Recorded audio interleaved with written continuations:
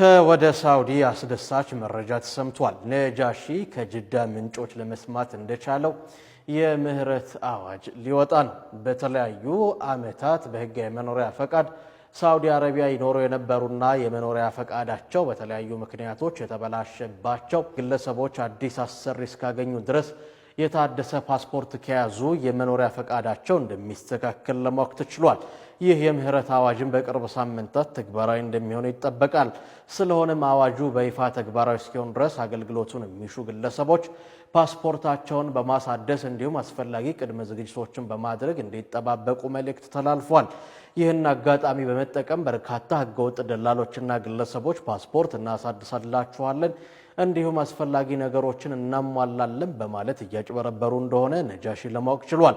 የጥንቃቄ እርምጃዎችንም የአገልግሎቱ ፈላጊዎች እንዲያደርጉ ስንል መልእክታችንን እናስተላልፋለን። መረጃ የሚፈልጉ ግለሰቦች ከነዚህ ህገወጦች ራሳቸውን በመጠበቅ ወደ ቆንጽላ ጽሕፈት ቤት በመሄድ ትክክለኛውን መረጃ መውሰድ እንደሚችሉም ተገልጿል። በመጨረሻም ይህ የምህረት አዋጅ በኡምራ ቪዛ፣ በዚያራ ቪዛ በተለያዩ ህገወጥ መንገዶች ወደ ሳውዲ አረቢያ የገቡትን እንደማያካትት ተገልጿል። ነጃሺ ቲቪ በዚህ መረጃ ዙሪያ ሰፋ ያለ ማብራሪያን አካቶ በሌላ ዝርዝር ዘገባ የሚያደርሳቸው ይሆናል።